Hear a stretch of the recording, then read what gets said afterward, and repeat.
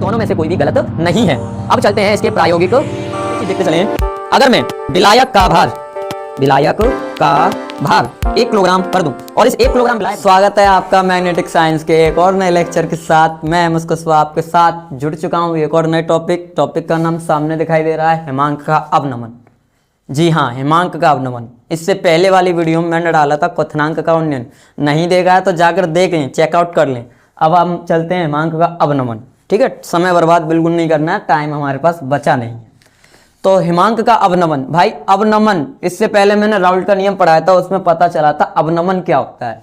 अवनमन का मतलब होता है किसी भी चीज में कमी आना। ठीक है, तो अवनमन ये क्वथनांक से रिलेटेड है बिल्कुल। आप 2 कॉपी मान लो, बस प्रतीक चेंज है, ये उसका डुप्लीकेट भाई है, इसको समझते चलिए। ठीक है, सभी प्यारे विद्यार्थी जो भी हैं। तो जब हम किसी शुद्ध विलायक में एक आवासशील पदार्थ को मिलाते हैं या मिलाया जाता है तो उसके बास दाम में कमी आती है, और इस कमी के साथ साथ हिमांक में भी क्या आ जाती है, कमी आ जाती है।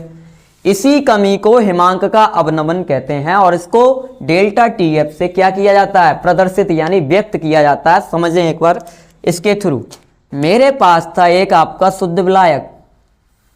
शुद्ध विलायक मतलब सर इसमें कुछ भी नहीं मिलाया गया है, अच्छी बात है, ये शुद्ध विलायक है। अब इस शुद्ध विलायक में मैं क्या घोलने जा रहा हूं, एक आवासशील पदार्थ घोलने जा रहा हूं, आवासशील पदार्थ। ठीक है, जैसे अभी समझते चलना पूरा टॉपिक।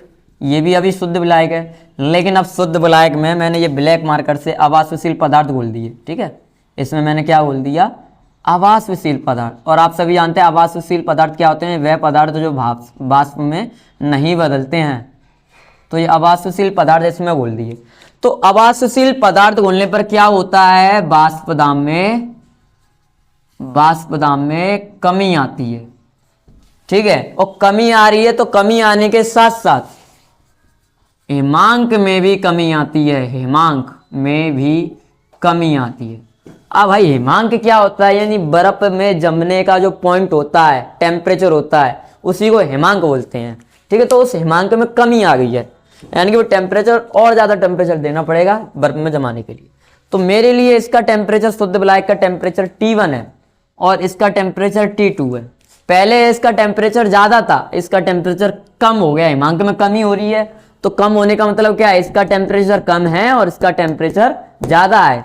तो कमी कैसे पता लगाऊंगा, तो ज़्यादा वाले में से कम वाले को घटा दो, कमी पता चल जाएगा। तो वही तो हमें निकालना है, डेल्टा टी एफ। तो यानी कि डेल्टा टी एफ बराबर क्या हो जाएगा, शुद्ध विलायक का हिमांक, शुद्ध विलायक का हिमांक में से सब्ट्रैक्ट कर देंगे शुद्ध विलयन का, सॉरी शुद्ध कहाँ, ये तो आवासशील पदार्थ मिलकर अशुद्ध हो गया, अशुद्ध विलयन का हिमांक। तो T1 माइनस T2 ये आपका फॉर्मूला है। किसी किसी बुक में ये आपका T0 माइनस TS भी हो सकता है। ठीक है, जैसा दिया जाता है, जो आप प्रतीक लें, इसको आप T0 मानेंगे तो यहाँ T0 रख देना, और ठीक है टेम्परेचर ऑफ सॉल्यूशन मानेंगे तो TS हो जाएगा, तो यहाँ TS रख देना। ठीक है, लेकिन दोनों में से कोई भी गलत नहीं है। अब चलते हैं इसके प्रायोगिक रूप में। प्रायोगिक रूप में आप देखें, जैसे आपने क्वथनांक के उन्नयन में देखा था, हिमांक का अवनमन डेल्टा टीएफ विलयन की मोललता के समानुपाती होता है, यानी कि विलयन की मोललता के समानुपाती है। अब समानुपाती का चिन्ह हटा के नियतांक आ जाएगा केवी, इनटू में क्या लगा एम। बहुत सुंदर बात है, माफ करें केवी नहीं आएगा, मैं यहाँ ब्लैक से लिख देता हूं, के एफ आएगा। ठीक है, मोलल अवनमन स्थिरांक, और केवी क्या होता है, मोलल उन्नयन स्थिरांक। दोनों में बस लैंग्वेज का डिफरेंट है। तो ये आपका एक सुंदर सा सूत्र बन गया है। अब मोललता का फॉर्मूला सभी जानते हैं, वो क्या हो जाता है, डेल्टा टी एफ बराबर के एफ। मोललता का फॉर्मूला क्या होता है, स्मॉल w इंटू में 1000 अपॉन में एम डब्ल्यू इंटू में कैपिटल W। ध्यान रखना ये वैल्यू तभी, हजार तभी लगाएंगे जब ये ग्राम में दी गई हो। किलोग्राम में देगी तो हजार नहीं लगाते हैं। ठीक है, और किलोग्राम में देगा तो हजार नहीं लगाने का। तो ये आपका एक फॉर्मूला बन गया, और इसके थ्रू आप क्या करते हैं, इसके आंकिक प्रश्न को सॉल्व करते हैं। ठीक है, अब जान लेते हैं सर ये के एफ क्या है। जहां के एफ इसको बोलते हैं मोलल अवनमन स्थिरांक।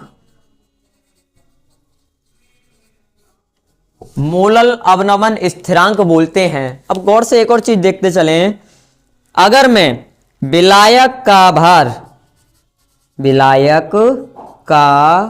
भार 1 किलोग्राम कर दूं और इस 1 किलोग्राम विलायक में मैं क्या घोल दूं, विलय के 1 मोल, ये W अपॉन भार बट्टे अड़ुआ मोल होते हैं, तो विलय के मोलों की संख्या कितने करते हैं, विलय के 1 मोल हो जाए तो यहां से क्या हो जाएगा, डेल्टा TF है वो KF के बराबर हो जाएगा। क्या हो जाएगा, डेल्टा TF है KF के बराबर हो जाएगा। कैसे हो जाएगा समझ लो एक बार, देखो डेल्टा TF बराबर ये आपका KF इंटू में W अपॉन MW, कितना मोल है 1 है तो 1 लगाइए, इंटू में कितना है 1000, बट्टे में विलायक का भार बड़ा W कितना दिया गया है 1 किलोग्राम। अब किलोग्राम ये वैल्यू मैंने किस में बताई थी अभी, ग्राम में, तो यानी कि 1 किलोग्राम का मतलब कितना हो जाएगा 1000 ग्राम। तो अब 1000 से 1000 कट गया, तो अब डेल्टा TF किसके बराबर रह गया, KF के बराबर रह गया। तो इसको परिभाषित तो करना ही पड़ेगा, तो करते हैं, ठीक है। तो परिभाषित करते हैं इसको, यदि 1 किलोग्राम विलायक में, यदि 1 किलोग्राम विलायक में विलेय पदार्थ के या विलेय के, ठीक है, विलेय पदार्थ के 1 मोल घुले हों या उपस्थित हों, ठीक है, तो हिमांक का अवनमन,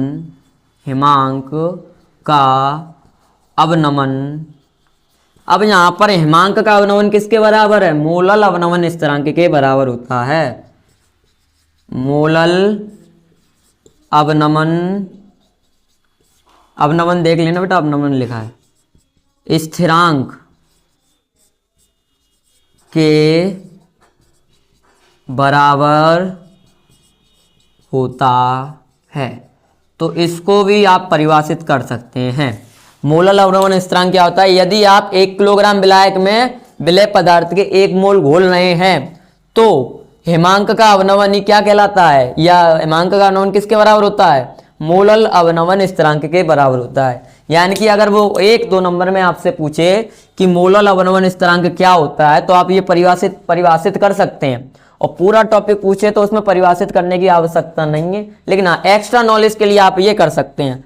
तो हिमांक का अवनमन क्या होता है आज इस वीडियो में हमने बिल्कुल बेसिक से जाना।